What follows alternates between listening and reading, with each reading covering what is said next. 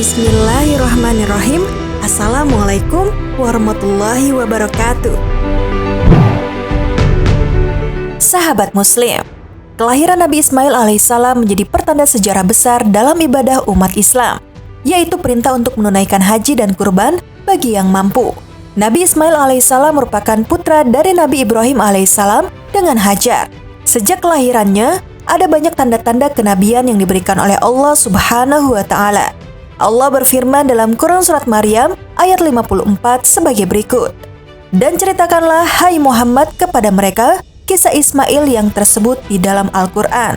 Sesungguhnya ia adalah seorang yang benar janjinya, dan dia adalah seorang Rasul dan Nabi.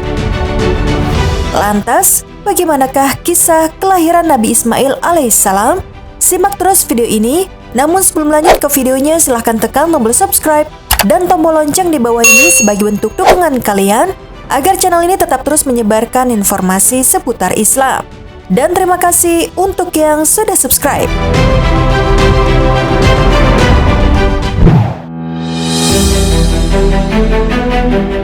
Sahabat Muslim, Nabi Ibrahim alaihissalam ingin sekali memiliki keturunan yang soleh yang beribadah kepada Allah Subhanahu wa Ta'ala dan membantu urusannya. Istrinya yang bernama Sarah pun mengetahui apa yang diharapkan suaminya, sedangkan dirinya tidak dapat memberikan keturunan. Maka Sarah memberikan budaknya yang bernama Hajar kepada Ibrahim agar suaminya memiliki anak darinya. Sarah berkata kepada Nabi Ibrahim alaihissalam, Allah tidak menginginkan aku melahirkan anak, karenanya menikahlah dengan budakku ini. Mudah-mudahan Allah akan mengaruniakan anak kepadamu melalui dirinya. Selanjutnya, Hajar pun hamil dan melahirkan Nabi Ismail yang akan menjadi seorang nabi. Setelah beberapa waktu dari kelahiran Ismail, Allah Subhanahu wa Ta'ala mewahyukan kepada Nabi Ibrahim berita gembira tentang kelahiran Ishak dari istrinya yang bernama Sarah. Maka beliau pun segera bersujud. Kemudian, Allah Subhanahu wa Ta'ala memerintahkan Nabi Ibrahim pergi membawa Hajar dan Ismail ke Mekah. Maka Nabi Ibrahim alaihissalam memenuhi perintah itu dan ia pun pergi membawa keduanya ke Mekah di dekat tempat yang nantinya akan dibangunkan Ka'bah. Tidak lama setelah sampai di sana, Nabi Ibrahim meninggalkan Hajar dan Ismail di tempat tersebut dan ingin kembali ke Syam. Ketika Hajar melihat Nabi Ibrahim pulang, maka Hajar segera mengejarnya dan memegang bajunya sambil berkata, "Wahai Ibrahim, kamu mau pergi kemana?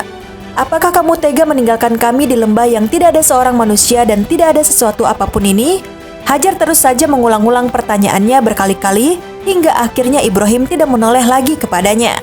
Akhirnya Hajar bertanya, "Apakah Allah yang memerintahkan kamu atas semua ini?" Ibrahim menjawab, "Ya." Hajar berkata, "Kalau begitu Allah tidak akan menelantarkan kami." Kemudian Hajar kembali dan Ibrahim melanjutkan perjalanannya hingga ketika sampai pada sebuah bukit dan mereka tidak melihatnya lagi. Ibrahim menghadap ke arah Ka'bah lalu berdoa untuk mereka dengan mengangkat kedua belah tangannya. Dalam doanya ia berkata, "Ya Tuhan kami, sesungguhnya aku telah menempatkan sebagian keturunanku di lembah yang tidak mempunyai tanam-tanaman di dekat Engkau yang dihormati. Ya Tuhan kami, yang demikian itu agar mereka mendirikan sholat, maka jadikanlah hati sebagian manusia cenderung kepada mereka, dan beri rezekilah mereka dari buah-buahan, mudah-mudahan mereka bersyukur." Quran Surat Ibrahim ayat 37. Kemudian Hajar mulai menyusui Ismail dan minum dari air persediaan. Hingga ketika air yang ada pada geribah habis, dia menjadi haus. Begitu juga anaknya. Lalu dia memandang kepada Ismail sang bayi yang sedang meronta-ronta. Kemudian Hajar pergi meninggalkan Ismail dan tidak kuat melihat keadaannya. Maka dia mendatangi Bukit Safa sebagai gunung yang paling dekat keberadaannya dengannya. Dia berdiri di sana lalu menghadap ke arah lembah dengan harapan dapat melihat orang di sana, namun dia tidak melihat seorang pun.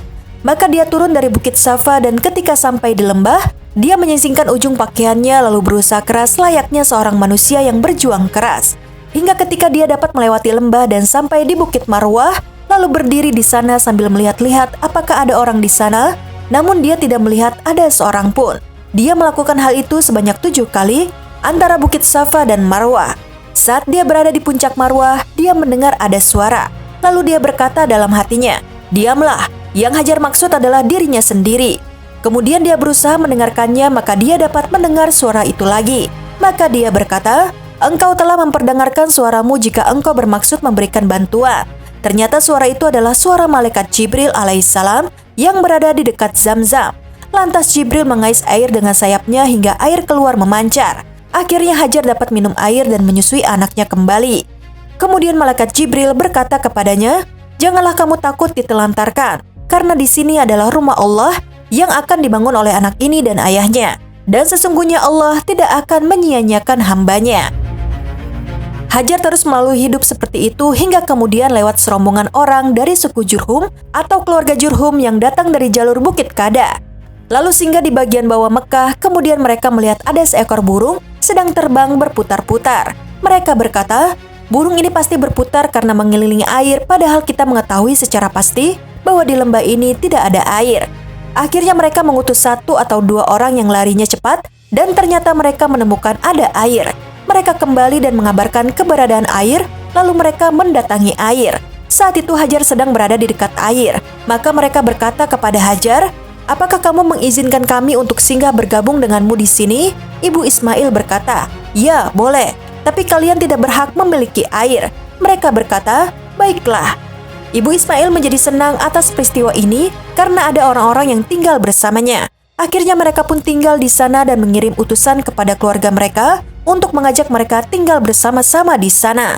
Ketika itu, Nabi Ismail belajar bahasa Arab dari mereka, suku Jurhum, dan Hajar mendidik putranya dengan pendidikan yang baik serta menanamkan akhlak mulia sampai Ismail sedikit dewasa dan sudah mampu berusaha bersama ayahnya, Nabi Ibrahim alaihissalam.